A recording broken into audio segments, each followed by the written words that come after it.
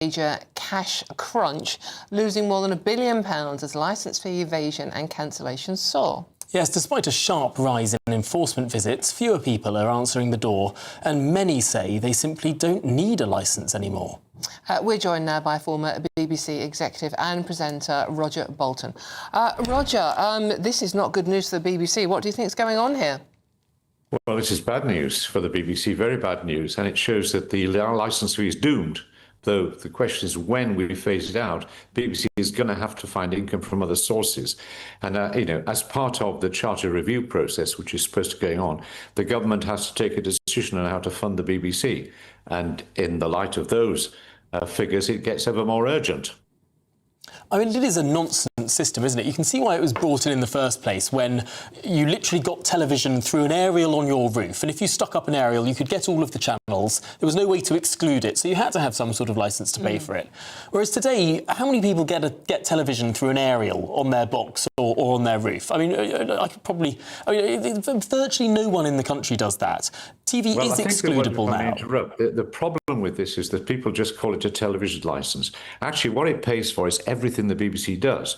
So it pays for all the radio channels, regional programmes, local radio, World Service, S4C as it happens, local democracy reporters. I could go on and on the website. So, people just thinking, oh, well, I don't need to pay the licence fee for television. Well, if you want the other things as well, maybe you have to. I mean, it was a very efficient system.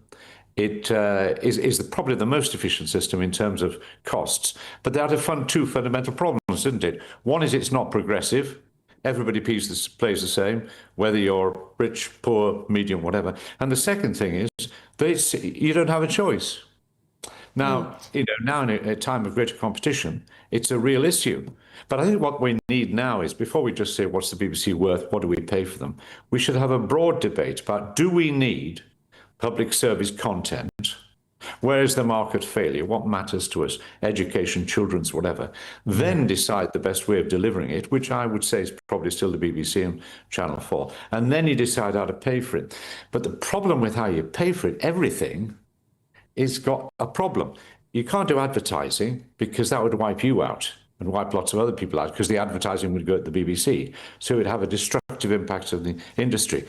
You can't have a direct government grant, because that gives government more power. And if you say we'll just go to streaming, like, everybody can pay, there are about 5 million people in the UK who will be switched off.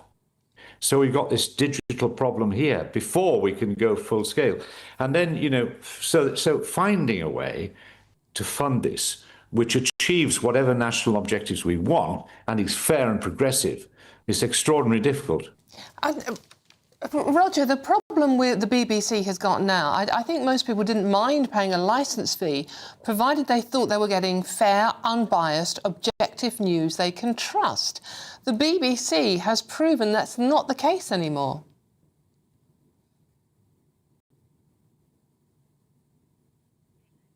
Oh, I think we've got a problem there with our connection. But Roger Bolton, thanks indeed for joining us, if indeed you can still hear us. I think there is. I think there is a problem. I think we can. Can we get back to Roger? Roger, are you still there? Did you hear the question, Roger? Is the BBC delivering it? If not, why not? But let's not throw it out before we've analysed what's going wrong.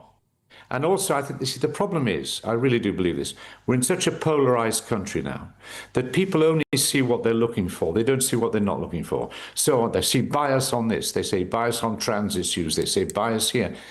They bias on a whole raft of things. And actually, when you look in detail at what the BBC does, say on climate change or whatever, it's pretty balanced. But we are, as a country, everybody hates everybody, everything's polarised, and if you're standing in the middle of the road, as the BBC should do, you get run down both ways.